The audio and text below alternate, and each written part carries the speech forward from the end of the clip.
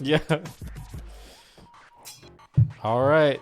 We're live. Welcome to the Itch Network podcast. The date is November 7, 2019. I got my dear friends Eric, JD, and Hi. Rosie. He's the red circle. No, I'm the one right next to Eric. Well, you are both black, but you're the one with the what happened to the Shaft logo? The Shaft. Oh, I know what you're talking about. That's my Skype one. It's not my. We get demonetized, right? Oh yeah, we're getting a lot of stuff. We got so much news today, but we're gonna be covering BlizzCon, what happened there, and what our opinions are.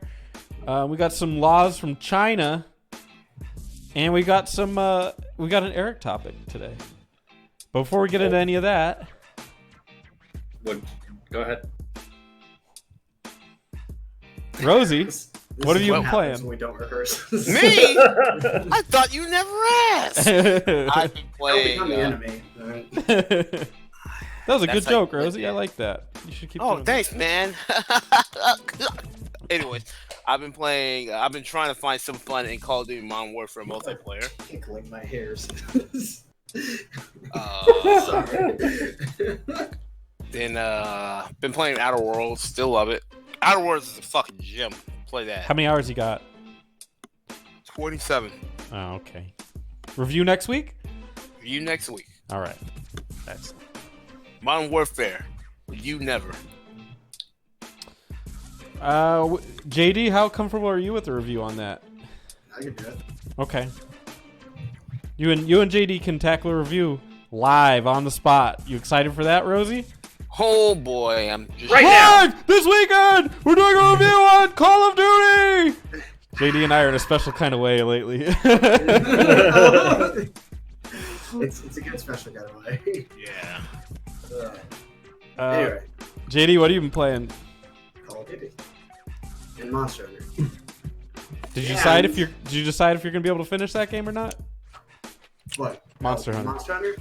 Dude, no, I literally turned it on. I did one hunt and then I turned it back off again. Since that last time I told you, it's been happening. It's like it's not a bad game. It's just I think what Eric's going through is the burnout of certain genres. I'm at the burnout at almost 400 hours. And I'm just like, You're at the burnout of whatever genre Monster Hunter is. yeah, hunting monsters. So, Action RPG. Actually, know yeah, what? I'm saying it's an action RPG. You know what I did on impulse the other days? I have been sort of playing is Final Fantasy 8, the remaster. I still have to get that. I almost bought that on the Switch. Yeah, that's one of my favorite Final Fantasies actually because I like the junction system. So I was like, you know what, fuck it, and then I just picked it up. So, but I intend to get 10 as well later on. Cause I also really like 10. On what? Is it on PS4? Yeah. Okay, PS4. I haven't. Wait, Oh yeah, Eric was playing that forever ago. Well, not now. I've got Final Fantasy 8. Just saying, just go grab it when you want to go. And play I've it. got Death Stranding to play. Ooh. I gotta get the physical copy. So after I play it and I realize how much Kojima has used this as a platform to make movies, then I will let Spencer go. This is gonna be. I am game- so not looking forward to Death Stranding because I'm terrified that Eric's gonna be right. You know, you know what's funny is they go, how long does it take to beat the game? Take a guess. 60 hours. It's like 50 or 70. There's no ending. It's 50 bare minimum, 50 hours, and it's 100 to like do everything in game. I'm like, Metal Gear Solid wasn't even that much. I don't know if I trust Kojima with longevity in games. Like it's just more of like he's got a controlled box and you just run around the box and it's fine too. How This about is just like Box. V was pretty long. Metal Gear. Metal Gear Solid V was pretty long. it could be. that but would be I- my I- evidence that you're right that he can't handle long games because I think they reused a lot of shit in that game. They did, but that was also trouble with the studio. That In the wasn't- budget. Yeah. But yeah, I've just been playing that stuff. Eventually, I'll play Outer World after Spencer plays it. That'll be our trade. I've got to talk to you about that. Worlds. I've got to talk to you about that. But before we get to that, how about Death Stranding and those shit reviews? Wait, hold on. Aren't we gonna? Spencer, what have you been playing? I've been playing Octopath Traveler. This is what I wanted to talk to you about, JD. I could not find a physical copy of The Outer Worlds. It is sold out literally everywhere I go. I can't. I've been to like 3 Walmarts, Target, GameStops. Yeah. Literally GameStop doesn't have it? nothing. I mean, maybe one nuts. does, but in my travels, I have not found one. I stopped by all the ones I'm close to. You gotta go to a shady neighborhood and get one from there. Yeah, they Well, told me they had one at like. Once you've traveled Octopaths, Yeah. maybe you'll find it. I'm on my 7th, Or so going to the Outer Worlds GameStop. yeah, they said I had to go to South Phoenix to get it. I said I'll just take my chances with Octopath Traveler. That could result in death. Stranding you there. Yeah. Speaking of Death Stranding, every time I look at the What have imagery you now, been playing? Let's get through this first. every time I've looked at the imagery right now, all I can think of is just this is the game that, like the stance where men have to be pregnant, like they want to experience pregnancy. Oh, Like, every time I look at it, I'm just he's like, carrying that little baby thing. Around? he's carrying the baby, and I'm like, all right. I can't right now. I can't get that imagery or that phrasing out of my head. Got some We're gonna live Yeah. in a It universe was a where. bad dream. we're Did about- I mention that was part of a dream? I Oh, mentioned it that. was. Yeah. Well, hey man, tomorrow's in your hands. We're Yeah, about to live in a anyways. damn world where Eric's right about Kojima. This will be a first for the channel. This has never happened before, and hopefully it'll never happen again. This game is likely going to suck. Time will tell. They said it's 10 hours at the beginning of mostly cutscenes and getting through crappy content before the game is fun, and then the last 10 hours of the game are cutscenes. That sounds awful. Even doing the crappy content when the game is boring. And when the game gets good, it's a fetch quest. Jesus Christ. Yeah. I mean, honestly, I'm gonna grit my teeth through it and then just be like, all right, fuck it, whatever. But we'll see what happens. If I could do 400 hours of Monster Hunter, I could fucking beat this game. Can you do 50 hours of Death Stranding? And I'll be honest, I won't even say I told you so. I will not say it. How very taking the high road. Wow. He just mentioned it now, but he's not gonna say it later. Well, yeah. He's like, I won't if it say I turns told out- you if- so. If it turns out that I am right, I'll just nod my head. Tell you what, come in.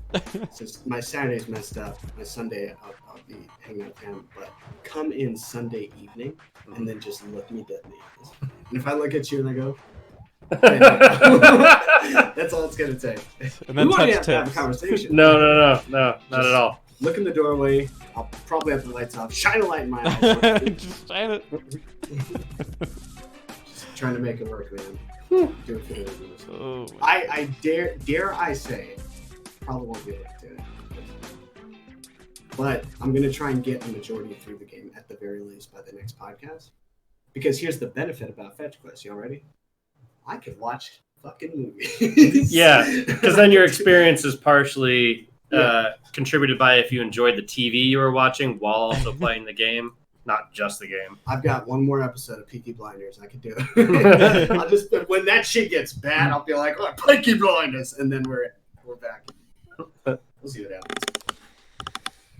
Eric, I'm going to assume you had a slow gaming week.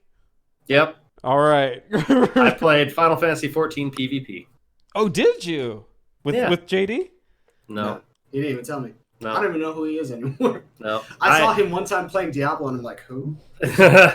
Yeah, actually, I think You did play that. that was this week. Yeah. Since last podcast, I did play Diablo 3 for the first time because I did it before BlizzCon started. I played Diablo 3 for the first time. It was like, what, Friday then? Yeah. Had to have been. It was like Friday night, I think, yeah, before I even heard about Diablo 4 coming out. Here it comes. Bring it around to the top. All right, guys. Well, I wanted to throw out a sparkle of little news, little sparkles here and there. I've got a podcast with my boys at the Button Mappers. We're talking about ukulele. We're going to map that game out. I played that one. I don't want to talk about too much here, but if you like Banjo-Kazooie, yes. So after that, a special announcement for a dear friend, an alumni of the show. Sean is announced he's getting married. Yay! To me. I was gonna say, who's the lucky Yay! To someone else that is not Eric. guy? And boo. He's taking it hard. it'll be in April of next year. We're very excited for him. So congratulations, Sean. Rosie is going to make sure that even if he moves, he will come back and hang out with us for that. Yeah. Sweet. Rosie, when you move, can you get a webcam? No. Hey Rosie, when you move, can you at least text me every now and again? No. Same as usual. Yeah, I don't know what's different. So yeah, I'm excited. So I would hate to divorce myself with this topic, but we do have a review of that was Why you talking about divorce? You choice just of talked words. about marriage. bad choice of words. JD and Rosie, tell me about Call of Duty Modern Warfare. We'll go with the campaign first, or the Yeah, campaign. The campaign's actually good. yeah, campaign's actually lit. It's actually Yeah. The coolest thing about the campaign, in my opinion. All right, so you got multiple. Let's actually take it back. It's a retelling of Modern Warfare. There's a lot of things shifted to sort of, because it's a reboot essentially, right? I can't imagine them going like, all right, we're going to do the exact same thing that happened. There's different villains. There's different ways that the characters interact with each other and things like that. So you start out playing as what's his name, Alex? Yes. Who looks like Troy Baker, is not Troy Baker. I thought he was. He is not. He's played by another motion capture artist, and they just slapped a mustache on him, and now he looks sexy as fuck. And I was like, God damn. He's beautiful. Huh. And then he's working with the Resistance in Urzikstan. And then you also play as Garrick, who you come to find out is Gaz from the Modern Warfare series, the other ones. So they just like retold how you interact with Captain Price and whatnot. And obviously Captain Price is in it. And Captain Price, I think I like him now better than I did in the original series. You know what? I was gonna say the same dang thing. I don't know what it is about this Captain Price that's so much like more interesting, or I guess maybe more epic about him. Maybe it's because I haven't seen him in a while. Yeah. It's But- his mannerisms too. Like he's this weird guy that like he always does this smile. He's just covered in full on hair. And every time he says something, he always goes, and you can see like his hair just like come up, and he's smiling because he's like forcing a smile. The dude doesn't know how to have emotions. So it's like, fucking boy. And you're just like, what the hell? But the cool thing is when you're transitioning between the characters in the campaign, when you play as Alex, you're Warzone. And on occasion, when you play as, I can't think of her name, the female who's like, it's her hometown, so she's like the freedom fighter, Farah.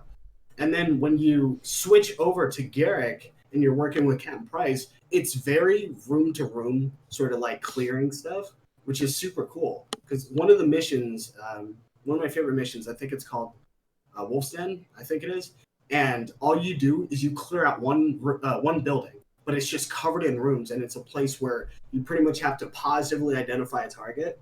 And like, for instance, you could be like, you walk in a room and there's a guy and a girl in there. Reflex, you could be like, oh, the guy's the villain, right? So you shoot the guy, and maybe he did have a gun or whatever. But then the girl goes, oh, give me that shit, and she's gonna pick it up, and you're like, oh, get it, she's got a gun, and you gotta like fire. It's all NVGs and stuff, and they use IRs, the infrared laser pointers that only show up on NVGs, which I did fire with when I was in the military, which is kind of cool. But I've always been a fan of that stuff. So it's really cool to see that happen. But the story itself is good. There's a lot of cool parts. There's a part of Marine where they're super pumped up, and I got pumped too. So like, yeah, kill it, yeah. And I was like, those murderers, those murderers. So the campaign is great. I'm actually playing through it again on Veteran Realism. So far, so good. It's a good game on the campaign. Rosie, let's talk about multiplayer. All right, man. Let me tell you about multiplayer. Multiplayer has some issues. For one, low visibility in these games. They want to go for it seems like a more tactical and slower pace, like FPS shooter. And I mean, in a way, they got it, but at the same time, because it has so many issues of what I guess maybe it badder, like I guess maybe more campier Call of Duty's had. It just doesn't seem to play well. Team Deathmatch, which is one of the like mainly play games in most of these Call of Duties, only has approximately 6 maps. And I will tell you this: 3 of them are bad. Pick Bad how? they're just very cookie cutter. Not like they almost seem like pieced together versions of either the map or either the campaign or the ground war, which is actually a new feature in this game. I'll talk about that in a second. But they don't feel like you can easily get spawn camped in one of the maps by the other team, and it's just like one of the most like, god dang it, how is this happening? You guys have taken way too many. You guys have done this way too many times to have such this flaw in the game, Right? Kind of issue. They've made this game for way too many years to have a spawning issue. What's also interesting is, so they have the normal team deathmatch, which I think is 12 players, and then they have and like domination and all that stuff. And then they have 20-man domination and team deathmatch. 20-man team deathmatch is the time to kill or the time to action actually is ridiculously long. You're gonna go the majority of that game only having like maybe like 10 fights total, and you're just like, there's 20 people. Right, Yeah. and that's the biggest issue. So they made the maps too large. Too large for the 20-mans for sure. But, well, maybe that too. But for like even the regular like 6v6 smaller maps, most games go to timeout. That's an issue. So going back to the 20-man thing, isn't there vehicles? Not in the 20-man. It's in Ground War. Yeah, you're thinking about Ground War. It's like 50 versus 50, right? I think. But so about Ground War itself, I think is a poor man's Battlefield. I still think Battlefield did it. There's some cool elements to it, but like there's certain things that Battlefield does right. Like for instance, there was a level, I can't think of the name of it. It was the level in Battlefield, I think 4, where you could break down that entire building and it's just crumbled in the middle. What they would do is they'd be like, all right, you can warp onto a helicopter, right? Or spawn on a helicopter, someone will drop you off on the top. Or you could take the elevator up there. In this game, you just run up, like, it's like a Midgar. I'm running up the fucking 50 staircases to get to the top. And the thing is like snipers have clear advantage in this situation. Like, they can, snipers in, like, what's it called? In Battlefield weren't like to the point where they could clearly dominate. But sniping in this game, yeah, you don't get that much ammo, sure, but you can bring an ammo pack with you, and people could just chest shot. Yeah, the body shot. It's not even the headshot. Yeah, time. And it's just like the headshot's more for some style or whatever the case is. But I've been killed, or I've just been double tapped before I even know I got shot once, and then you watch the kill cam, and it's like, and on my side just, and I'm just dead. And I'm like, what the fuck, man? I don't even care about the fucking vehicles in that game either. Yeah, TTK is really fast in this game, but somehow the gameplay is very slow, and that's something that's very odd. It's a weird balance. Overall, and I played Spec Ops, and Spec Ops is fun because it's like 4-man. You guys do campaign-oriented missions, and they're pretty fucking hard. But they just keep spawning enemies. It's like World at War on Veteran. All they do is spawn enemies. And that's what I didn't really like about it. It's like, okay, like, how are these fucking enemies realistically fucking giving out millions of enemies to stop me. At some point, they just need to stop and just let me fucking get that scrambling or whatever point I'm trying to grab at the moment. So is that like zombie mode then? No, you're running. What do you mean? Like as far as what they're because it's Infinity War, they're not going to put. No, like you're holed up in an area. No, you're on a huge map and you have to go to certain areas on that map and do things. But getting to them is a shit ton of enemies in front of you, and there's a shit ton of enemies all around you that just keep spawning and coming in.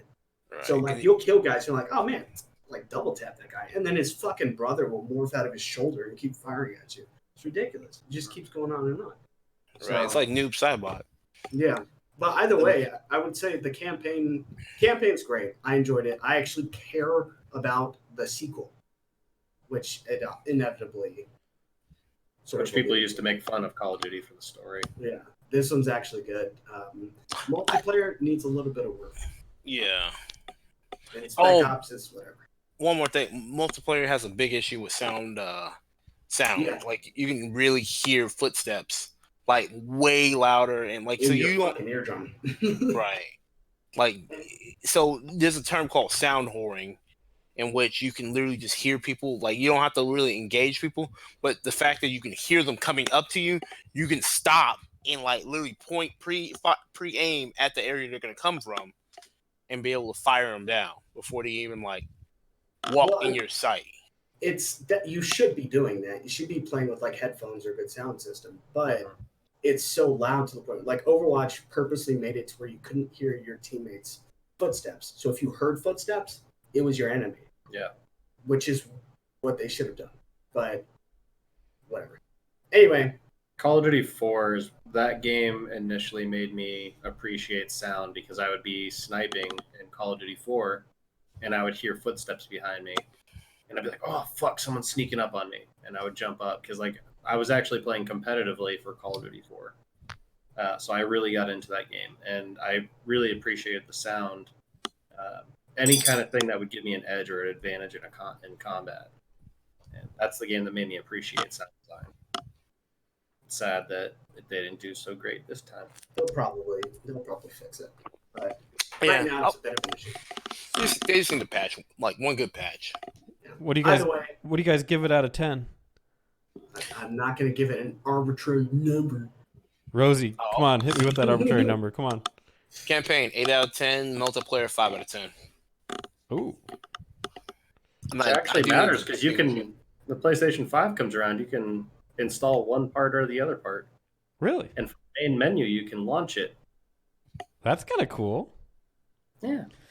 I'm just excited. I think it's impressive they really ran with the story mode on this one. I'm glad that it's a prenup. Sorry, prequel. My bad. No, it's not a prequel. It's pretty much a reboot. Man, you really got marriage on the brain, man.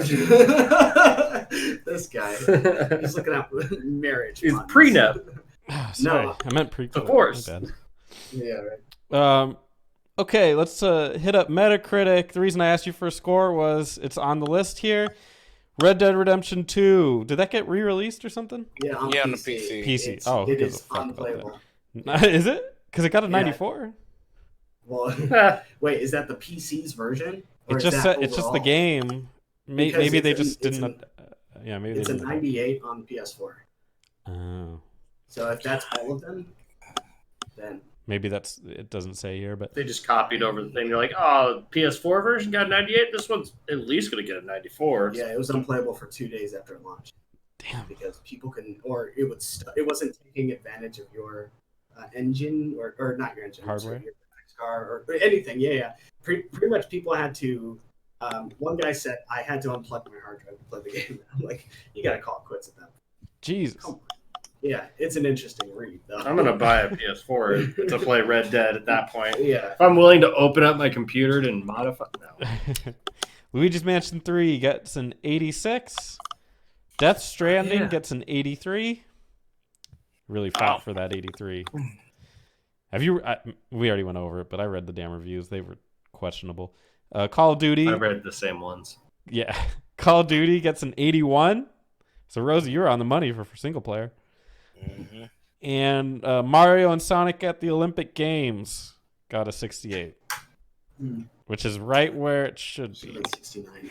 Yeah, I'm gonna say Sonic runs at the speed of light. Like, how is he losing any race? Speed of sound. No, he can run at the speed of light. No, Oh, you're can Sonic he? Lord. Yeah, Oh, he chooses to run at the speed of sound.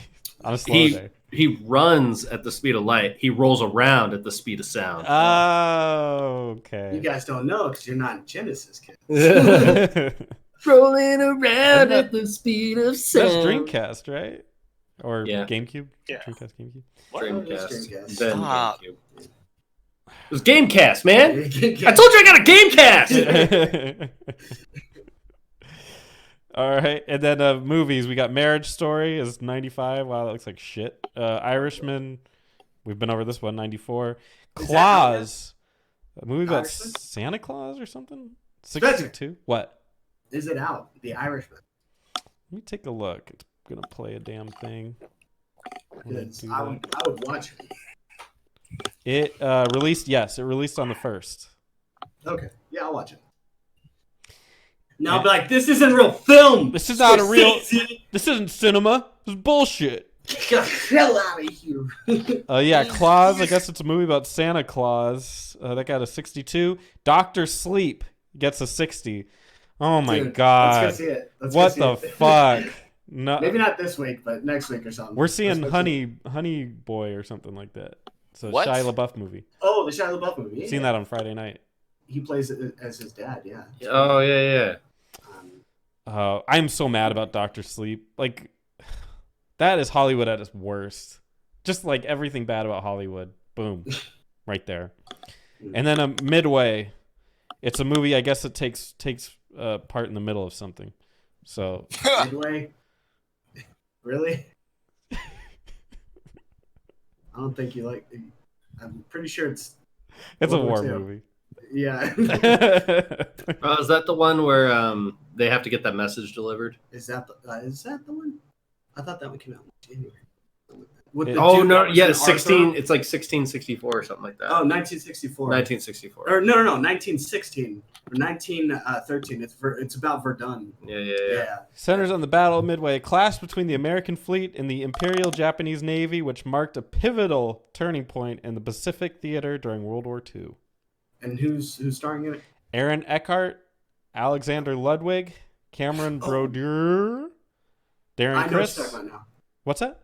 I know what you're talking about. Oh. I actually do want to see that film. Well, it got a 46. I don't want to see it. You can mess up war films, and I think that Metacritic might have to do with the accuracies of the Yeah. maybe. Whatever you do, Doctor Sleep is shit, and I'm mad that it's being made. All right, let's get to some game releases. Next week we've got, and I should cap off with this week too. Death Stranding's coming out on the 8th. Super Lucky's Tale, if you like platformers, it's coming out on the Switch. It looks pretty. Layton's Mystery Journey's coming out on the Switch as well. Professor Layton. Back. Professor, I solved it. What? Let's see what else we got on here. Moving on. Romancing Saga 3. And then it's going to be a great ending to this one because we've got Terminator Resistance, Star Wars Jedi Fallen Order. That got delayed. The Terminator game. Oh, did it? Oh, okay. I'm actually kind of interested in the You Star Wars game. For Dirty, Little bit. dirty son of a bitch. I think I've been burned too many times. What is it, Rosie? What do you got to say? Because there's another game I'm going to mention here. All right, mention it first, and I'm gonna continue my insult if you don't answer, if you don't call out this game. Pokemon Sword and Shield coming Hey, out my boy, on my the dude, 15th. You're Yeah, what? man. You're what? my friend. Oh, I thought I was going to get my official initiation. No, you don't get none. Hasn't come in the mail yet. Yeah. It's a black mailman that goes up. Here, motherfucker. Where's my card carrying Pokemon Sword Goku and Ew, Goku t-shirt? is lit. Who's all getting it? I'm getting it. I know you is. Now, which version you getting? Sword or Shield? Which virgin are you getting? Yeah, what version are you getting? All these marriage references. That's not really. I'm gonna get whatever version you don't get. I'm gonna let you have the honors of picking. You know, the sad thing is, I already did that to my buddy. Pigeonholes a sword. Mysterious So Stranger you're picked getting shield. shield. Yeah. So you're getting sword, so I'll get shield. Yep. And pretend that you're not cheating on me with somebody. I'm cheating on you with a mysterious stranger. Ugh. Infidelity is something I don't tolerate. Well, guess what? I'm going balls deep in my mysterious stranger. So, Gotcha. Well, those are the big games coming out. It's going to be a great couple weeks we got ahead of us. Are you sure? Because I only heard 2 in there. I'm sorry, it's not Pokemon Go, so you don't want to play it? Is that what you're saying? No, I said there's only 2 games that he mentioned that I'm interested in, which is Star Wars and Pokemon. I'm interested But to you're hear not getting it. what the reviews on the Star Wars game are. I'm not gonna watch it. I'm not gonna play it. Yeah, right. I don't have time to catch them all. EA has gotten such a bad rep from me that I cannot be hyped for Star Wars: The Fallen Order. And you gotta be at least interested to know about Death Stranding. Right. Like, I'm very curious about that. So I think the issue with Fallen Order is, what was the last single player? What's it called? They had it was Force Unleashed, wasn't it? Yeah. yeah, but isn't it First- made by The Respawn? first Force Unleashed, I like. Isn't this one made by Respawn? Are we Tit- not going to take? Titanfall 2 peeps? I don't remember. Look it up. I kept saying I don't remember. I don't remember. Can we Either not? way, Can we not First- count Mass Effect Andromeda? Sorry. I was gonna say that any Star Wars game that's like single player, excluding I guess like Jedi Outcast and Jedi Academy, just is not. It hasn't been solid. Like it's just been like a if you love the franchise kind of thing, not hey this stands on its own. It's like seeing Right. Joker, being like you don't need to know the specifics to enjoy the film, and that's kind of what I want. And I don't think this one's gonna do it. So Yeah, it was made by Respawn, so they made Titanfall 2. they made something else. Is that Titanfall. the A? What? There's something else that they made. But I can't. And I'm curious about Layton's Mystery Journey. I don't know if that goes on sale during Black Friday. I might pick that up. I like the Professor Layton games. Everyone, you know what? The thing is, I think those games always like get great ratings. I never played a game and never heard anyone who plays those games besides you, Spencer. They're pretty good. I mean, if you're into Ace Attorney, it's kind of a similar concept. It's a little more puzzly. And That's less exactly how I look at that game. That's why they had a crossover. Did they? Yeah, they even had a cross. Yeah, Your that's instincts were correct. Yeah, when I see Professor Layton, I immediately go to that game. My brain just starts mixing them. All right, here's the big topic. We've got BlizzCon. BlizzCon 2019 happened this year. Just happened over the weekend. Was certainly overloaded with controversy as well as some big announcements. Figured we'd start with the controversy, get that out of the way, then we can just talk about the games. Let's just, I just want to get to the games, Let's just jump into it.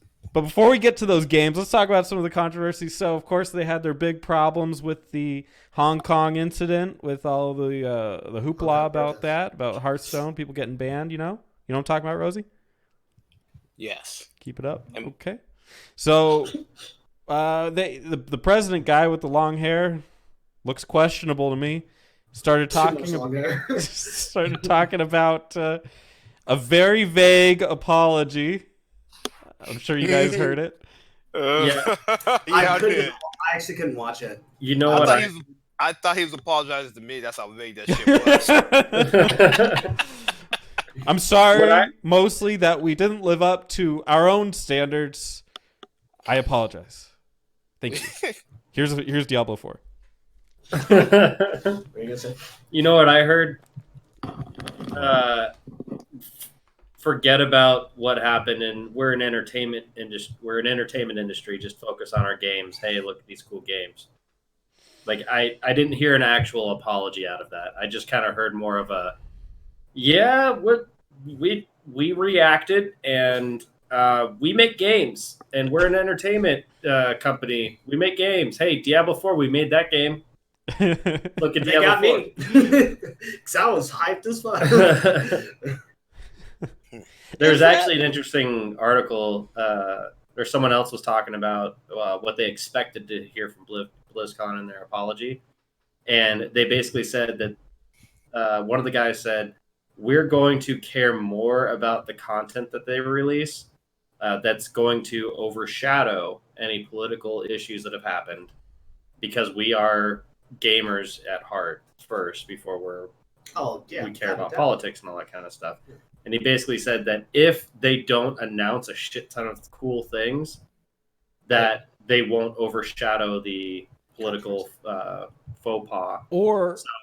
Or if they do what they did last year, or what? Maybe not last year, but that time. That was last year. Was that last year? Yeah, if they do that, the Immortals thing. Yeah. So the guy was saying that they have to release a shit ton of stuff to PR standpoint. Yeah, to give themselves a better name. Can we all just agree that it was a shit apology? Yes. Yeah. I read it. I did not hear it, but I'm sure it was shit, and I'm sure his tone was garbage too. His tone was poopy. The whole thing was poopy. Yeah. Because much like he is still banned. He's still banned? Oh, yeah, of course. Yeah. The guy is still banned. How do you apologize when he's still banned? Did those announcers ever get their jobs back? No, 6 months. Oh, so they were suspended, not fired. Yeah, they were suspended for a year initially, I think, too. Okay. And then they were like, they should have done something, too. And I'm like, bitch, that's a shotgun if I've ever seen one. Yeah. So. Okay. Controversy was there. They probably but most importantly, the games. They probably made the only move they could have made, right? Like, what else are you gonna do? Oh, they sort of fucked up because they're like, hey, we got new Hearthstone. Yeah. Crowd is dead. Hearthstone features. Everyone's like, wow. Liberate Hong Kong. Speaking of Hearthstone. Yeah. We got a new card out. Yeah. It's only $5.99. It's called the Hong Kong Shuffle. It's gonna determine the meta. Yeah. Golly. Buy it to help protesters in Hong Kong. Does anybody in this group give a shit about Hearthstone enough to talk about those? No, fuck that. All right, Hearthstone happened. Nobody cares. Diablo 4. Who wants to talk about that? Yeah. I legit saw the trailer at work, and I couldn't even. We have stand desks. I was like, if you guys ever seen Kevin Hart, where he's like, ooh, shit. That was me, dude. I couldn't because it took me playing Diablo 2 with Troy again to realize how much I actually like Diablo 2 and 3, not 1. 1 fucking sucks, but 2 and 3 is just amazing. Running back through all that shit again, the first thing I was looking at was I was like, kind of disappointed. So they're like, oh, we're gonna have 5 classes, and then they just busted a nut on 3 of them, which is like cool, but at the same time, like, fuck, who are the other 2 gonna be? They might be shit. Like the Witch Doctor. No one plays that bitch.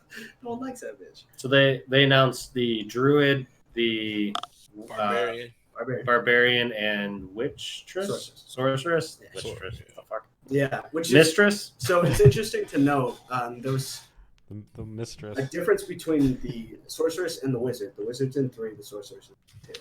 This is more similar to the Sorceress, obviously named the same thing.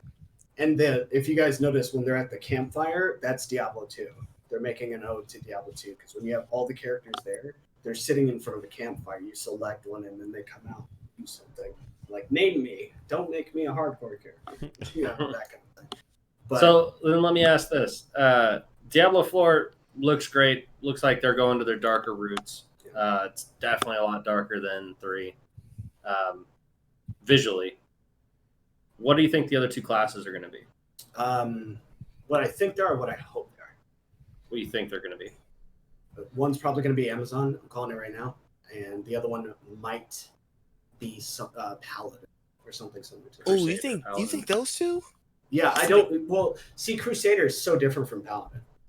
Like, there's some similarities, but Paladin in 2 was you could be an Oradin, you could be a Smitedin, I guess they call him, Smite Paladin, whatever. or you could be a what's it called? A dark paladin.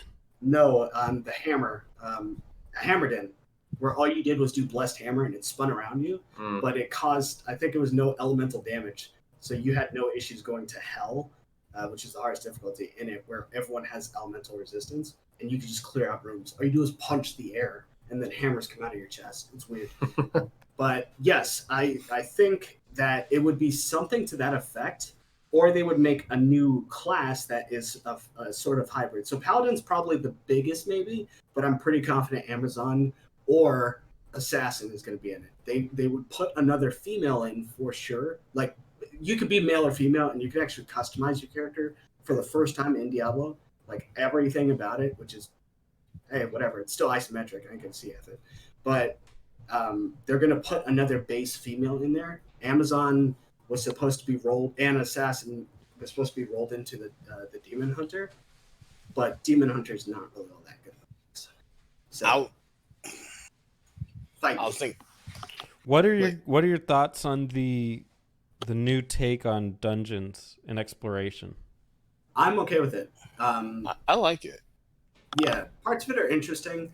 I think because I grew up with Diablo 2, it felt more like it was attached. Like when you play Diablo 3, you're just like, oh, I'm in the next area. And not all the acts are treated equally in that sense. So like when you're in Act 1, you're there for a fucking minute. And then you jump to Act 2 and it's like, oh, you do a couple things. You jump to Act 3 and it's like, all right, you're here for a little bit. You jump to Act 4, you're here for 5 seconds.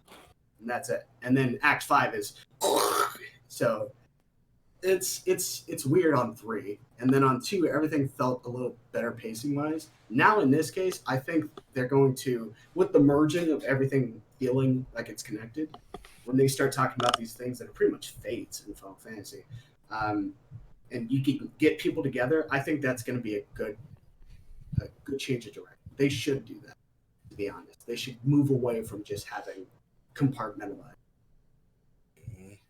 Because that's one thing me and my cousin were talking about. It's like, how are they going to make Diablo much different and less sustainable than Diablo 3? Yeah. They're bringing back a lot of shit from 2. Yeah. Oh, okay. I didn't play too much 2, so I'll take your word for it. But I guess the things I did see, I am liking the look of it. So I really hope that we're playing on PC? Yes. We're playing on Xbox One. No, I'm kidding. All right, I'll play on PC. Well, hopefully it's cross-plat then. No, I'll play on I don't PC. see why not. I don't either. I don't see why not with everything they're doing with crossplay stuff. I don't see why they wouldn't. Yeah. There's no real advantage. I mean, there is sort of an advantage. Like if I'm playing Sorcerers and I can teleport, because PvP's in World of Warcraft now, or not 4. It's in 4, Diablo 4. So they actually did move someone over from World of Warcraft's PvP team onto the Diablo team. Yeah. His entire thing was basically on balancing classes, balancing combat. Yeah. That was like his bread and butter. So It was supposed to be 3.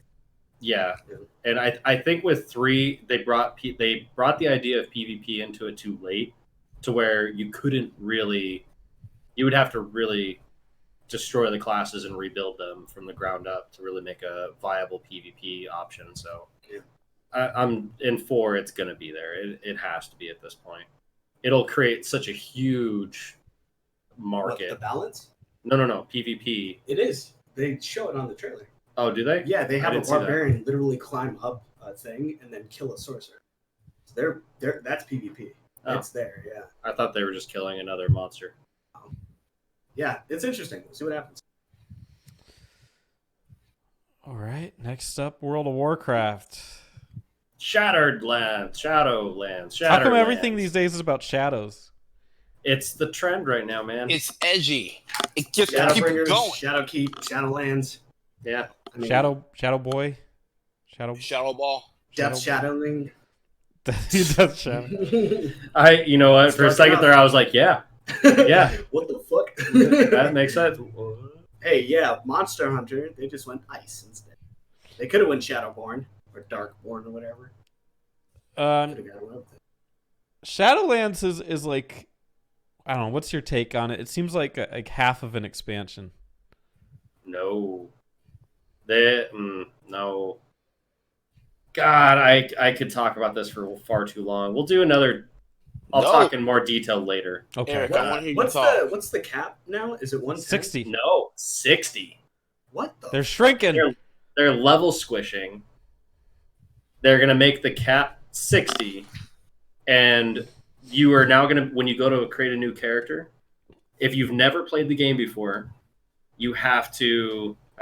It like puts you into BFA. You have to play BFA from level 1 or from level 10 to 50. You're playing BFA. Okay.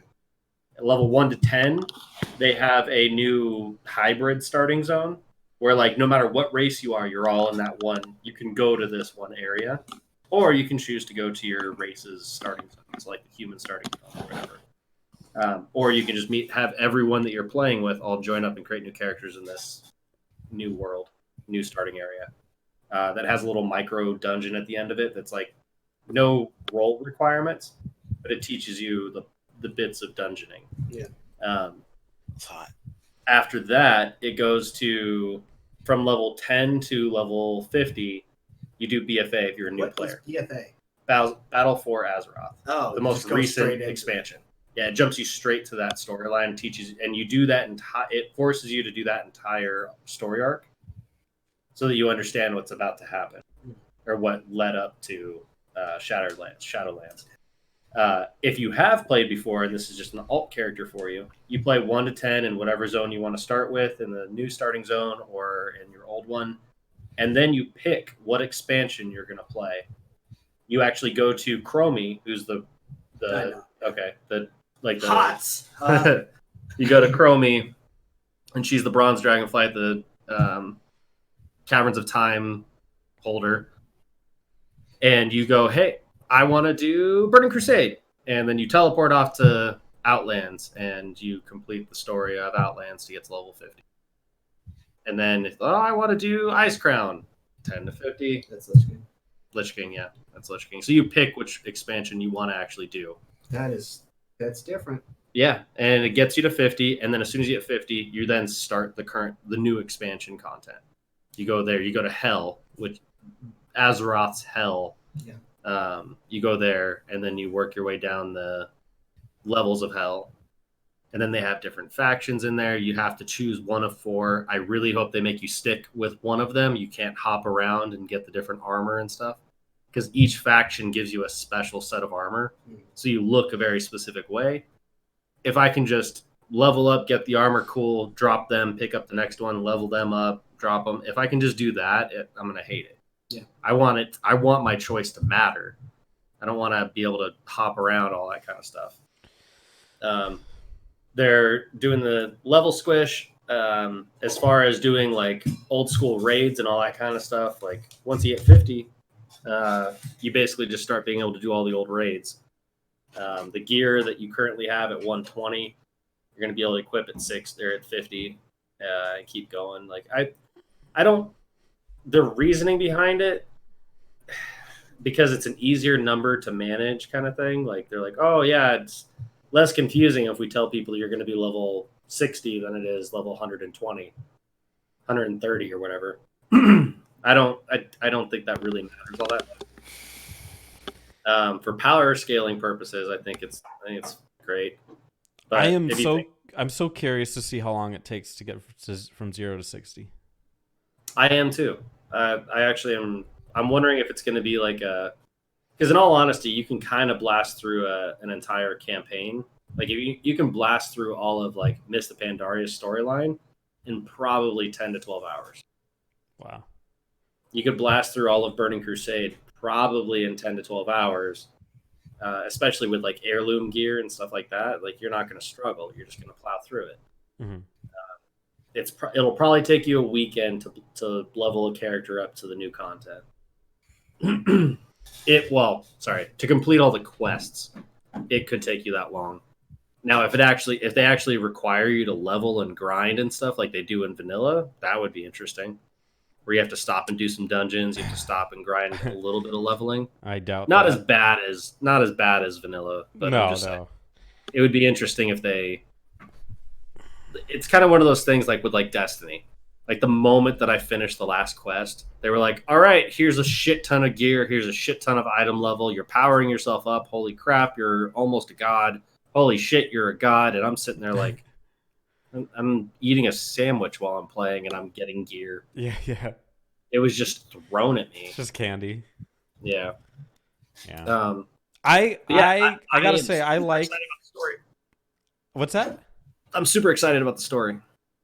Okay, really quickly from a story perspective, does it make sense that 10 to 50 is Battle for Azeroth? I mean, I don't really think the levels impact the story whatsoever. I mean, I think it's just more so. Like, does it because make sense that theoretically you could bypass all of the old content? Yes. Okay, so Battle for Azeroth is almost like a reboot or something? It's not really a reboot. It's more so like if you were a new soldier coming in.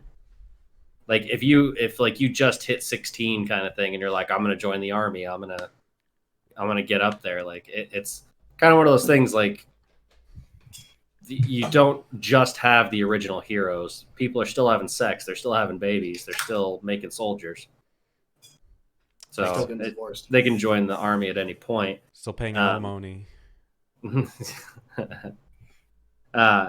As far as the story goes, I'm bummed that Bolvar got boned. I'm sure there's going to be some kind of quest chain in the beginning of Shadowlands that'll give him some life. That'll give him some value. Yeah.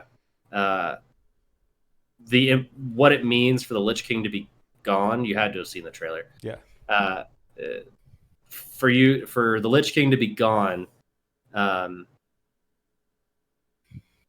Shit. Okay, I'm just gonna do it now. Sylvanas is serving the god of death, the jailer of hell. He gets powered up by how many souls go into hell, right? So just like Hades from Hercules, he has that counter at the top. It's just more and more souls are coming down there, and it makes him more powerful. The Lich King was holding on to all these souls in this limbo. He was keeping the undead alive, and he had all their souls. When Sylvanas shredded the helmet and released all of those souls, they went into hell, and all of a sudden the guy became so powerful he knocked down the walls between heaven and hell, or between the mortal world and hell. And he's basically trying to suck in all of the mortal world kind of thing. So in her Not job, without a fight. What it basically came down to is Sylvanas, her entire time in BFA, she didn't give a shit about the Alliance or the Horde. Her job at that time was to create a war and to cause as much death as possible to power up N'Zoth. N'Zoth was the old god. Sorry, the jailer, the Hades guy. Powering him up was her goal. So she didn't give a shit. She said, the Horde is nothing. You're all 10 soldiers to me. She killed Sarafang and booked it and then went and killed the Lich King, which is the helmet part, not Bolvar. And I could go on and on about a lot of the other details, but basically that's the premise. She's serving Hades, god of death, and she just killed a shit ton of people and also released a shit ton of people to the afterlife, and that's what caused the whole sky to shatter when she ripped the helmet. It's a cool visual. Yeah. Is that what the world's gonna look like? Yes, that's what Ice Crown's gonna look like, and then when you actually go into the world, they divide it up into different sections based on the Covenant. I like that. Different levels of hell kind of thing. Speaking of different levels of hell, what's up with Overwatch 2? Apparently it's not it's not just an expansion, it's a new game. And this is the part that pissed me off about it. Where the guy talking goes, and we're hoping to redefine what a sequel is, what a number 2 in the series is. That's not a good thing to say. No, because you know what they're fucking redefining it is? It's a goddamn DLC patch. Yeah, that's what they're trying to redefine as a sequel. Yeah, you got to see how they're going to deliver that. Yeah. Underwhelming, I think is the best thing. And this is coming from a guy that actually like cares about the lore in Overwatch. I really feel like all of the first Overwatch was just happened in one day, and Overwatch 2 is day 2. Because now we've got Genji who put on a jacket. Mm-hmm. Now we've got Lucio with the same growth of hair, but he's just wearing different stuff. Tracer just added some shit on that she probably found off the streets. You know, they're finally doing their first mission together. Is Overwatch back? It's their first mission back, Mm-hmm. kind of thing. I'm like, all right, so that was Tuesday, and then now they're moving on to Wednesday. Now we got different shit, and I was just like, oh my god, I mean, Reinhardt looked like he aged quite a bit. it was old. He looked like he aged quite a bit from Tuesday to Wednesday. Well, hey man, I've got questions for every other person. Then, if this is a time skip, I'm so confused with this game. Maybe you guys can clarify it. probably. They announced the one weird thing, which was players who own the original, and I'm reading this from Business Insider. What am I doing with my life? Why would I go there for Overwatch news?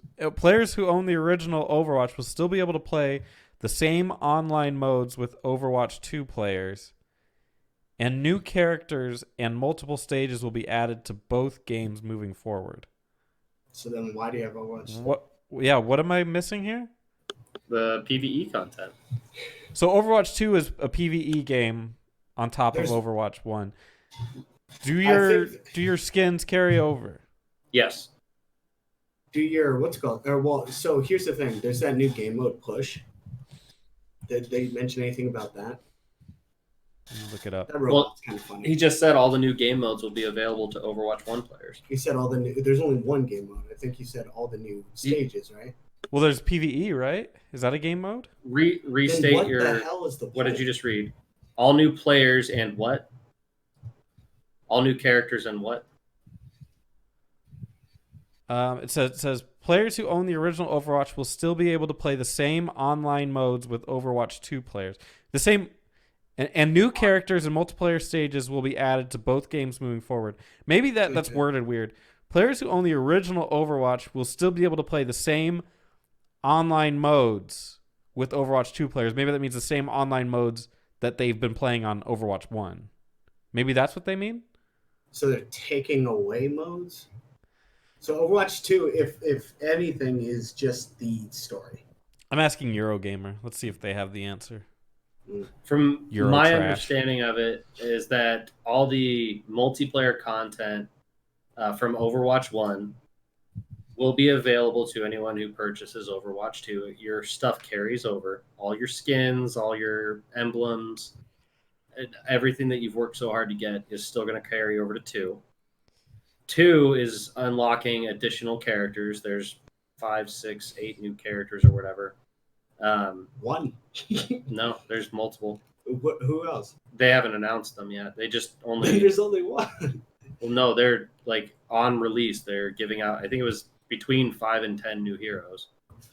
I mean, they are the company that stated our sequel was stifling our original product. And they blamed the fact that they didn't have updates on the fact that the sequel was being developed. I think Which I now have. doesn't sound like anything. I think I have some clarity. This is right. from Eurogamer.net. Crucially, all of the new maps and heroes coming to Overwatch 2 will be given to people playing Overwatch 1. This is a fundamental part of the message and mindset behind Overwatch 2, avoiding splitting the player base at all costs. Quote from Sani. Obviously, we want everyone to come along with us to Overwatch 2. We hope that there's a really compelling package with all the PvE and PvP stuff, etc. But we recognize there's this huge base of people, and there may be some who just want to play PvP multiplayer, and we want to keep them together. So if you want to play Overwatch 1 with the heroes from Overwatch 2 and the maps from Overwatch 2, as a current player, you'll be able to do that. So the PvE is definitely Overwatch 2 exclusive then. This is what I gather from that. Yeah. So then what is new game modes then? Maybe that means push is part of Overwatch 2 only? the only. Well, they said that they'd be able to play, right? Yeah, I honestly don't think anything PvP related is going to be exclusive. I think all of that will remain there, but I think if you want the additional PvE content, you need to buy Overwatch 2. And I bet you they're going to have some special skins associated with the purchase of 2. That's going to make people go, man, I can't get that skin unless I buy 2. I'm going to buy it. So what are you gonna do? Sell for $20? No, it's gonna. I guarantee you it'll be a full price game. It has to. I don't know about that. I would. Here's the thing: if they put that out, full price game, you know how many people would riot. When you bought your expansions for WoW, were they all the same price as WoW? $40 Compared to what WoW was, what, 50 or something? Like that? $40. That doesn't seem right because that's more of the experience that you're used to. Meanwhile, this is just purely PvE, which Overwatch players don't. Some do, but do we know really, how that's not much? the drive. Do we know how much PVE content there's going to be? Voice acting, cinematics, The one level. So they have 2 different versions of PvE content. They have the story mode, which you'll be able to play through, and they have all this talent tree. Not really talent tree, but You can level up. you can level up and you get different abilities. You can modify your ultimates and stuff like that, or even just your different your clicks. And there's also like legendary gear that you can find and stuff that modify your characters. There's a bunch of PvE content for the story mode. Then they also have a more what quote unquote Diablo adventure mode, Diablo styled adventure mode where you are just kind of dungeon crawling. And just going through there, and you can increase the difficulty and all that stuff, get better gear, loot, skins, and whatnot. So those are the only 2 PvE content. As far as length of time, I've heard that it makes the 8 minutes of gameplay from like Retribution and the other PvE contents they released in one.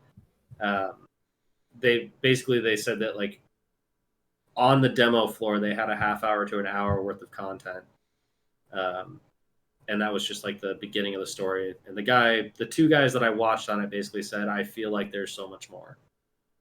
They feel like there's so much They more. feel like it. Yeah, they feel They're like praying that there's so much more. I mean, you can read into that either way. But I think Blizzard does a really good job of telling stories.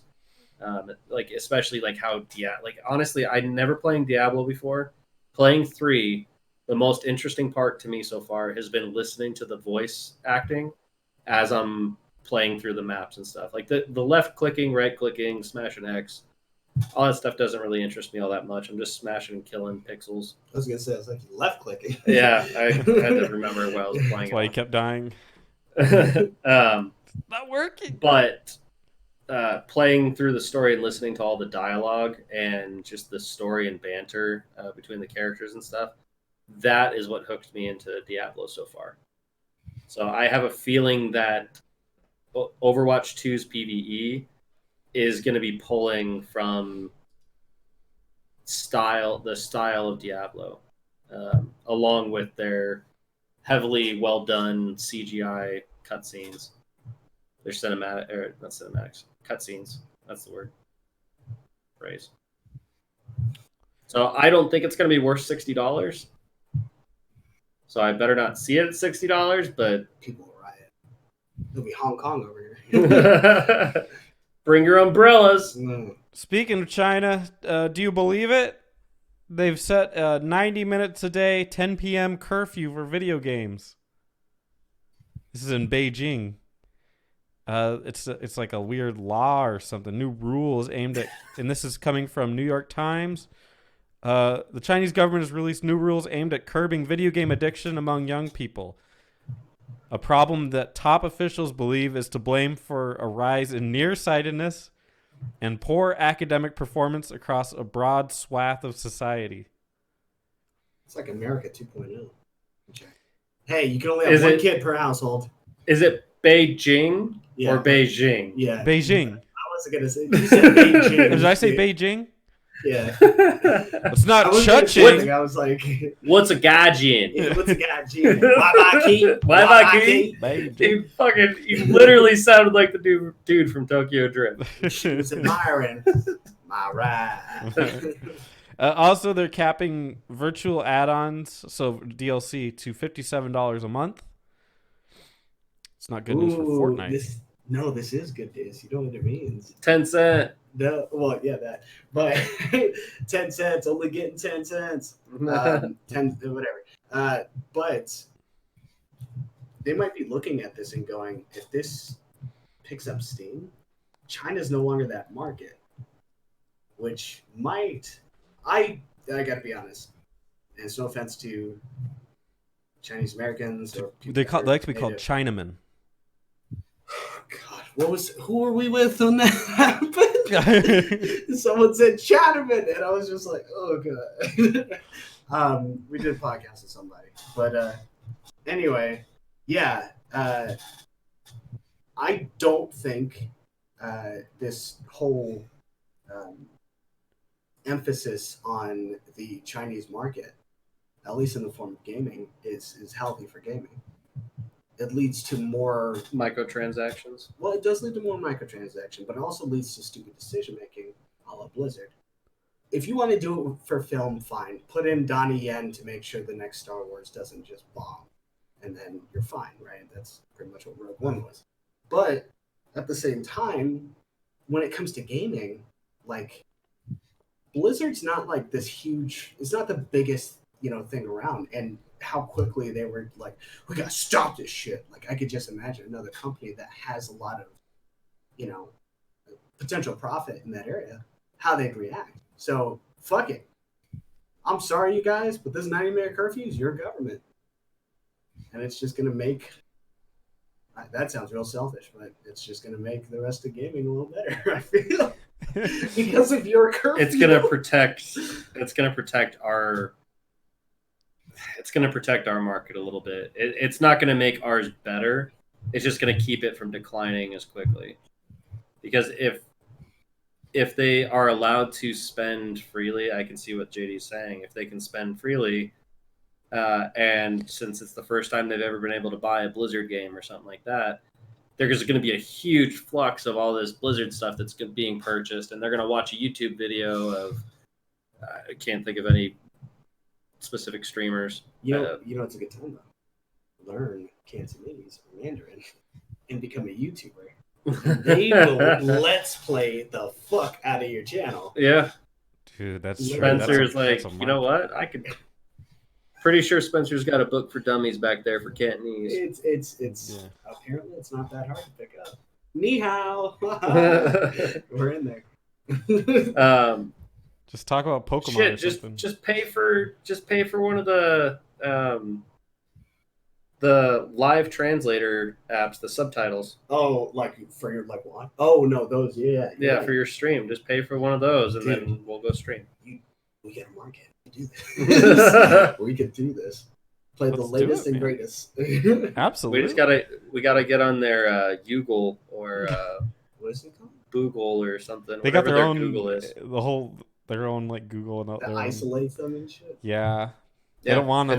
It's why they were able to ban Winnie the Pooh and South Park. That sucks. What do you think, Rosie?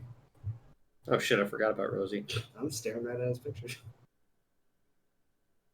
Ha! That was a good idea. That's a good idea, Rosie. I appreciate that. Yeah. So the when it comes to like all the China stuff, like I get that. I can understand why it could impact our market if it's left unchecked. I think it's weird for the government to get involved like that, dude. But they've got a history. But I think I'm just saying. I think it's weird that they got involved like that. But at the same time, they have to be somewhat used to that. I'm sure that's not the first time that they've ever put a curfew or a limitation on something. It reminds me of the military with mass punishment. So you would police your own in that sense, right? And that's all that's going to be is you speak out about the Hong Kong protests, and now you get a 60-minute time frame to play games. How are they going to enforce this, by the way? IP thing. I've got but what if I'm not connected to anything? I'm just like Again, I'll this play. is from the New York Times. The rules were greeted skeptically by some parents and gamers. Yang Bingben, he's 35. He said the owner of an industrial technology firm in eastern China said he worried that many children would still find ways to play video games. For example, he noted that his 7-year-old son often played games that did not require an internet connection and were difficult to regulate. DMR. That's the future. What if they're the ones to push and make DMR? That could be a negative. That could turn it around on you, right, JD? Mm. Keep it overseas. Keep that DMR shit over there. Digital media rights, like where you have to actually like log into the internet to prove that you purchased the product before you can play. Well, we know Blizzard's not going to go back on that shit. They really should do it. Not for Diablo. Hell no, not for Diablo. If they did that shit, oh my god, that was what led to that game almost dying. In addition to the cash shop thing or whatever, the auction house. Oh yeah. And the fact that if you died in that game once, you're like, well, better make a new character because you're not even going to be able to repair your own shit. Gold was so hard to come by. Now I'm a trillionaire. Look at me now. So the only thing. So did you guys see the Warcraft 3 Reforged? It's just. I just read about it. I did not see anything, but I see. So they remastered Warcraft 3 and re-released it. They actually did some patching on it and balance changes to some of the characters, which makes me think that like StarCraft is going to get the same treatment at some point. I think they already did. Didn't they? No, StarCraft I thought they were getting rid of that remastered? entirely off their like plate of stuff. Really? I thought StarCraft was always bigger than Warcraft 3. Probably before World of Warcraft. Competitive sense. Because they still have tournaments about it. Yeah, I just read that they were done with that with StarCraft at this point. Huh. Anyways, the Warcraft 3 Reforged, I actually watched a handful of people playing it. Yeah, they remastered StarCraft, guys. And they it looks cool, but overall, like I just kind of that genre to me, as soon as you realize like how you're supposed to play that game, like the competitive part of it, it's it's insane.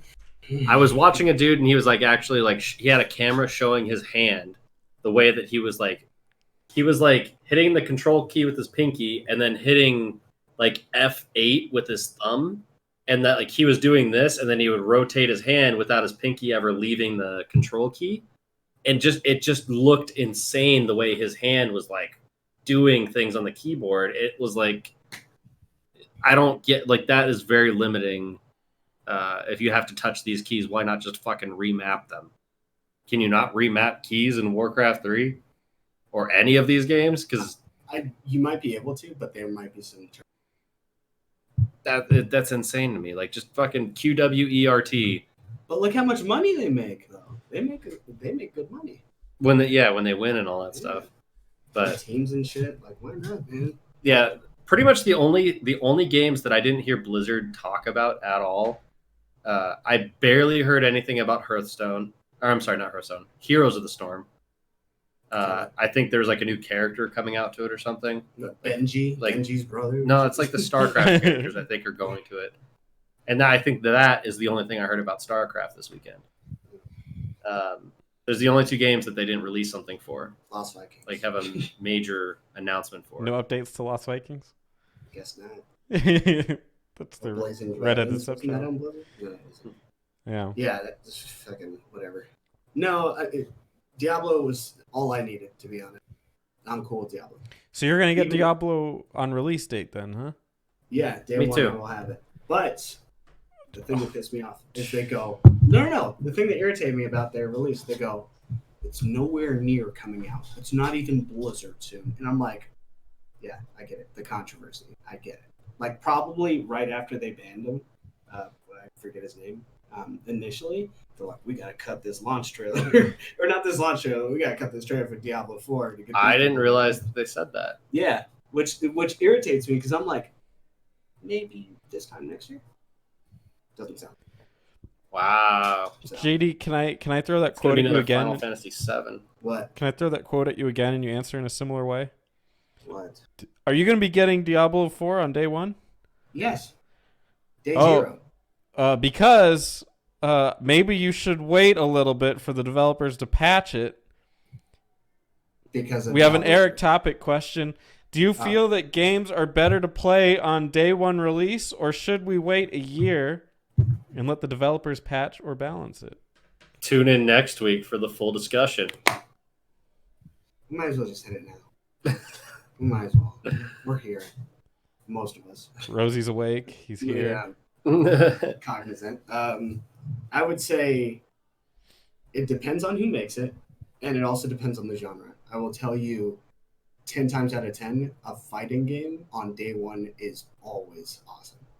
It's like just a fresh package of shit. You just, because everyone's moves are new, or at least feel new. All the visuals are new. Everything feels like a real fight. At least for the first like 2 or 3 weeks, just playing nonstop feels new. Like Samurai Showdown was like that for me. I was just like, yeah, I got you in that, bitch. But it just felt really just good, no matter what. You win and you lose and you don't know why. Starting out. For that genre alone, I would say absolutely. By day one. But then do you think this is kind of taking that concept in a different direction? Do you think that gamers are more accepting of like bugs and glitches on day one than they were a decade ago? I think that's a generation answer, in my opinion. I think we are more accepting than maybe newer gamers. I think it's reversed. I don't have a problem, dude. Like, it sucks. Yeah, I'm not going to say this is awesome, but at the same time, like, I'm just going to be like, all right, fine, fuck it. Like, I think younger gamers are more accepting of it. I was caught up in that Diablo 3, what's it called, where I couldn't even play it. I got that game day one. It was error code 6 or something like that. Whatever it was. Prevented you from logging on because DRM or DMR. Which that's why I'm like, don't go back to it because fuck us. And that was like no one could connect. And the Diablo team was like, we planned for this, but obviously we didn't plan well enough. Yeah, no shit. It's a 10 or 11 year difference. I feel like in every group that I'm in, and it could be just a microcosm, but I feel like every group that I'm in, the older gamers are like, we never had these problems when I was playing Super Mario. Like it always played on day one and never got a patch. It was fine. And they brag about it, and it's like, wait, who gives a fuck? But like, well, look at who developed it too. Like Nintendo did have a good, still does, decent quality control. Yeah, decent. QC, yeah. I would say they're like flag bearers. Everyone can learn. I mean, there's definitely some other like Bungie back then. Halo didn't really have too many issues. I don't think. Maybe multiplayer on 3 was when it started to be a problem. That was like Xbox Live. Starting off, it wasn't all that bad. Like there's other companies that do good too. There's a business practice that in the IT world and software development that they started practicing a handful of years ago. Around the time, I would say probably around 2005, 2006, I started hearing this term a lot called agile. Agile, yeah, programming or Scrum Masters. Yeah, it basically what that means is that you do the best you can with the resources you have, and you get the product to market because you can go back and patch it later. So it's basically get 80% of it working, come back and patch the other 20% later. And if no one notices or complains about it, you don't waste your time on patching that part. You basically, your quality control, like how Nintendo controls it, and make sure that they have that 98% success rate on a product. Agile basically says, release the game, we'll patch it later. And that became a huge industry standard, not just for video gaming, but across the business world. Yeah, Microsoft basically lives by that at this point. Yes. Microsoft, companies. a lot of Microsoft you really notice because everything's running off of it. And it's like, oh, you mean they're just announcing things like, oh yeah, we got a fix coming next week. That's gonna. Yeah. Like, oh shit. They were releasing fixes like multiple times per week. I appreciate it, but what the fuck? And then they release a fix to the fix like a couple days after that. Well, they look at, I'm sure, the logic of what is our best tester than the general audience. Mm-hmm. So long as it's like driving a car, and I can't tell you how many times I've had people go, "Oh, well, gotten mail," but they're like, "We need to recall your airbags for the Corolla." I'm probably gonna die. So, so if I crash my car, I'm dead. But I just never have the time to go there. But You'll have plenty of time when you're dead. pretty much, right? I'll go to the hell world or whatever, and yeah, I was trying to make a wild joke. Anyway, so I'll find my corpse and I'll run to my corpse again and then just. They actually Glass talk my about face. how the spirit healers are part of that world. You told me. Okay. Oh, really? Yeah, the spirit healers that you get in WoW when you die, they'll be referenced and seen in Shadowlands. That's cool. That's clever. I like that. Yeah. So let's bring it back because we Yeah. jumped onto like 2 or 3 different topics outside of it. What's the original thing about day one Vice? Otherwise, what's a bad situation of day one? No Man's Sky. Being forced to push that game out and get it to market and under deliver, and then a year later you patch your game and you fix it. You make it the game that you were promising originally, and you add some other features in this and that. Yeah. Like I actually have not gone back to No Man's Sky since I got burned. It's in there. Yeah. You Same. can. I literally have not gone back because they burned me so fucking bad. No matter how many people tell me it's an amazing game now, they did so many great things to it now. There's multiplayer, there's base building, there's all this. I'm like, I can't. I moved go back. on. Yeah. Don't you think some games deserve a second chance? No. Like Final Fantasy 14. That was shit. Look at it now. A whole lot better. But they released a whole new game at that point. But that it had its lifetime though. It wasn't just like it went live for 3 months and it was I shit. think it was a year and a half or something. I don't remember. Yeah, it had it. It wasn't a crazy long time, but that was roughly what you said though. Like a year for No Man's Sky.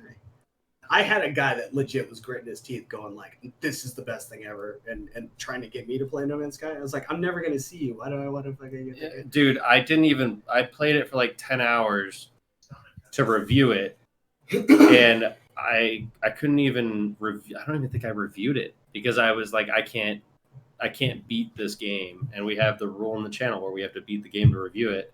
And I just quit trying to beat the game because I was like, it's going to take another 15 hours, 20 hours to beat this. And I literally can't fucking stare at this thing again anymore. Yeah. Is that a game you can beat? Yeah. Yeah, you get to the center of the universe. I think it was like there's like an end point theoretically. The sun or whatever? Or Yeah. Earth or America. Yeah, There was a technical end point to the original game. But like that to me is a terrible game at launch, and I never went back. Diablo 3, that launch, I was planning on picking that game up, but then people were talking to me about how the money auction house ruined so much of it. I didn't even hear too much about the DMR. It was more so that the money auction house ruined the game. And I was like, well, I'll wait for them to patch and fix that. And it was months afterwards before they did anything to it. And I was already moving on. I think I was playing competitive PvP and WoW at the time. I was like, I'm good. I don't need another Blizzard game. That was another one that it launched. I went to play it and I was like, oh, you guys fucked up the launch, and I didn't go back. Yeah. Never picked you guys back up because you didn't release a solid product. I'd say another good example is GTA Online.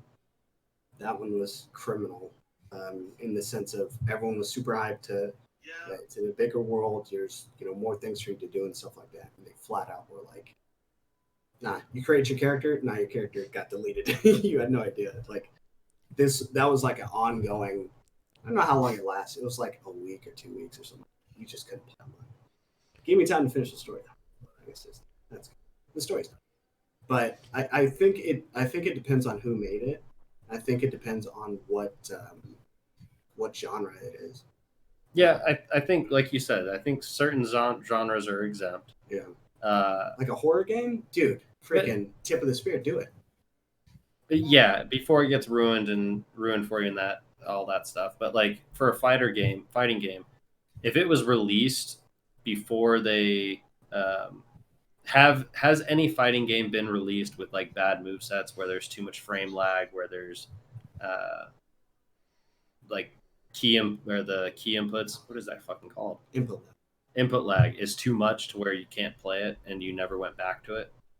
People say what's it called Street Fighter 5 had 9 frames initially, or was it 7?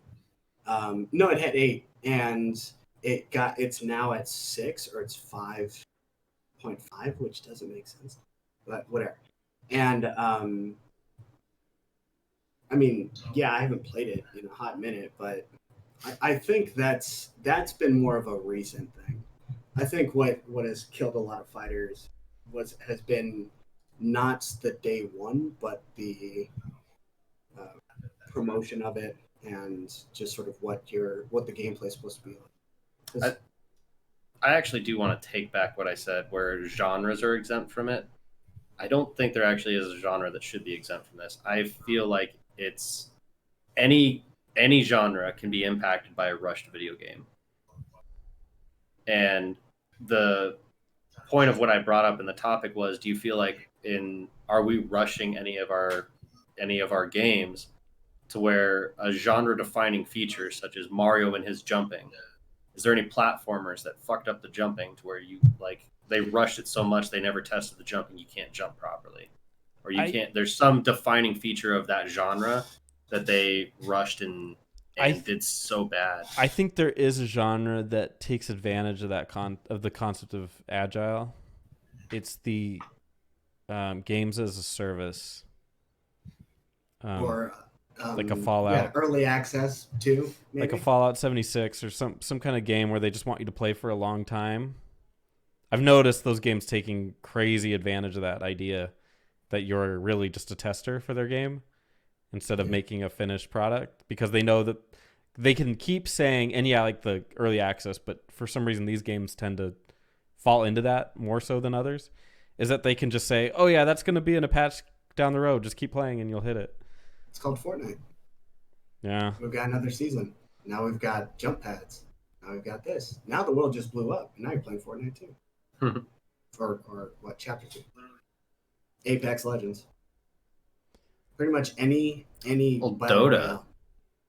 Yeah. Oh yeah, all those games, they just League, change constantly. You could say that, but they I change wouldn't weekly. say patching at that point is too much of the thing. Like with League, I don't think it's like there's not much changing. You still fight at that green foresty area. No one wants to play anywhere else. You'd be surprised. The balancing and how some of the characters fight and stuff becomes like its own thing. Completely changes. Yeah. Like, do you remember Shaco? Mercy in Overwatch? Yeah. How much her character was redesigned? Well, a lot of people got redesigned. Like May got redesigned. Wait, did May? No, May didn't get redesigned. No. But she was one of the ones on the list. They had to change her. They had to do something, yeah. Because she was too fucking good this one. Well, that's what I'm saying. Like, as you're talking about League of Legends, like there are certain characters that had that same thing where they built this character to do this one thing, and then they modified this, and they made this item to the game, and then you went, oh shit, if I put this here, oh god mode. Yeah. Like, yeah, so we had there was a mage called Nico, and people found out that because she has on auto attacks, she has on hits effects. And they found out that if you just built her attack speed, she was way better as just an auto attacker than a mage. And people just built her that way, and she was like 60% win rate. Yeah. So yeah, like with shit like that. That's a meta thing. Yeah, it's meta balancing, all that kind of stuff. Yeah. But like for more so, what we're talking about here is like the actual design. The design of the game and the failure to execute the core concepts of the game or what you've promised for the game.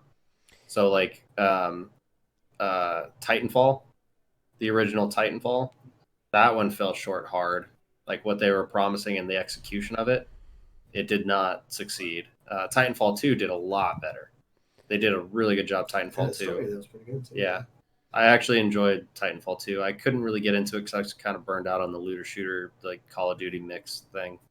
But um, Yeah, I that would. Titanfall 1 felt rushed to me, where it's like, just the only thing you got right was just getting into the robot. I mean, Anthem also said the same thing. A lot of people are just like, fuck, just getting in and out of the robot's the most beautiful part about that game. I would argue just I would be very hesitant about the games as a service genre, whatever that whole genre is, and then a single player slash confined multiplayer experience. The expectation is that it's ready day one, and that's what we're supposed to get. Which is interesting because Last of Us isn't doing that because they're splitting it, which that's fine. Splitting what? You know, they're splitting up the multiplayer and the single player. Oh, I thought It's they gonna were be- completely Are they getting rid of the releasing different multiplayer. dates? No, it's still coming out. They've It's announced just- they're releasing the Later. multiplayer. Yeah, it's much later. Which is what they did with the original. That was day one. Multiplayer was day one on Last of Us. Let me double check. I mean, like even like Assassin's Creed, also like that was not Which day one? one. Like 3? Are you talking? The first time they introduced PvP, it was like an afterthought. Oh, that was 2. Yeah, that was in 2 because that was actually a lot of fun. Yeah, But, yeah, it was. it's like an they afterthought. they went back and they're like, you know, we could probably do a multiplayer with this, and they started working on it and piecing it together and stuff. But like, what the game was, it's one of those things where it's like, if they released a single player like Final Fantasy VII, if that releases and you can't level up, if you can't beat a certain boss because they made him too powerful, like if you literally can't get past the first boss because he's too powerful, that's like a day one bust where it's like, dude, come on. Like, did anyone fucking play your game before you released it? Anyone on your team try and play this? Did you do Yeah. any kind of quality check? I think the expectation is that it will work, and it's so far we haven't had enough experiences where it hasn't. Where I think I'm ready to say we're gonna get burned. I mean, there's a couple. Batman Arkham Knight on PC apparently was pretty unplayable. There's a lot of PC ones, but that's usually because they're trying to port pretty much what worked for. It's a port. It's a flat out port. At the end of the day, it's not anything that's. Yeah. So I have an issue at work right now where we're about to go live with something tomorrow that I was told we were going to implement that we were they put on the table at 4:00 today, and they said, hey, we have this feature tomorrow. You guys are going to start using it, and I said, well, no. They literally said, hey, we have this. We have access to this program. So tomorrow, as of tomorrow, you're going to start using it. Never been trained on it. I don't have logins for any of my associates, and we haven't tested it at all. And it deals with money. Like it's a POS. oh shit. We're like, none of those things have been done, and I just got a message saying, yeah, we'll figure it out as we go. Motherfucker, no. Like, you're going to give me 2 days to test this. It's all I need is just 2 days and a couple, like, I'll run my own goddamn credit card. Like, I don't need an actual patient's credit card. I'll run my own and do penny transactions because that's all that's in my bank. Because we don't have views on YouTube. Speaking of YouTube, But, make sure you check out the Itch Network on YouTube. That's where this will go, and I'll try to cut up some spots of this and throw them on the channel. Anything you want to say, Rosie, before we close out the night? Please say something. That was a very spirited discussion. Thanks, Rosie. What about you, JD? Anything you want to say to the people? I should have something more for Death Stranding. I feel like I'm in on a secret. I'm just like, I can't wait to tell my friends. I am very interested in what you have to say about that game. I will. I just want to see the look on his face. I'll bring it out. Wait, no, I can't. We gotta stay focused. Yeah, It's we're- always about wrestling. Packed. But we, I'll show. I'll give you guys early impressions before we actually do. cool. So you know, but you guys will see some semblance of a preview from me by next. Eric, anything to say to the people? Based on the conversation we were just having about games launching and sometimes giving them a little bit more time, if you have a shit ton of games, or if you're in the middle of playing a game you love, just wait a little bit before you buy that next game, because it might fucking bomb and all of a sudden become a $40 game instead of a $65 game. Yeah, Anthem. Yeah, just chill out on your pre-orders and buy as you go. Save yourself some money, man, because I'm telling you this, that I bought. I mean, Diablo 3 is kind of over at this point. I mean, I have probably another 2 years to play before Diablo 4 comes out. I just found out. You've got Diablo 2 you could try. I got Diablo 3. I just got that for $15. Yeah. That's going to be a lot of content for $15 for me to go through. I hate. What do you have it on PC? I don't think you're gonna beat it. PC and PS4. Unless I play it. I don't think you're gonna beat it. I'll play it with you. On PC. Gotta find time. No, look me in the eyes and tell me that you just told him I'll play with you, and we still haven't even beat Borderlands because you're so busy all the time. You can never play with me. You didn't message me today. Yeah, because we do the podcast. You didn't message me yesterday. Oh my god, do I message you day after day? And when is the last time you messaged me to play? I think it was on a Wednesday, and you said, oh, I could do it tomorrow. I think you guys should go to get some marriage counseling. No. Bringing the joke back! Boom!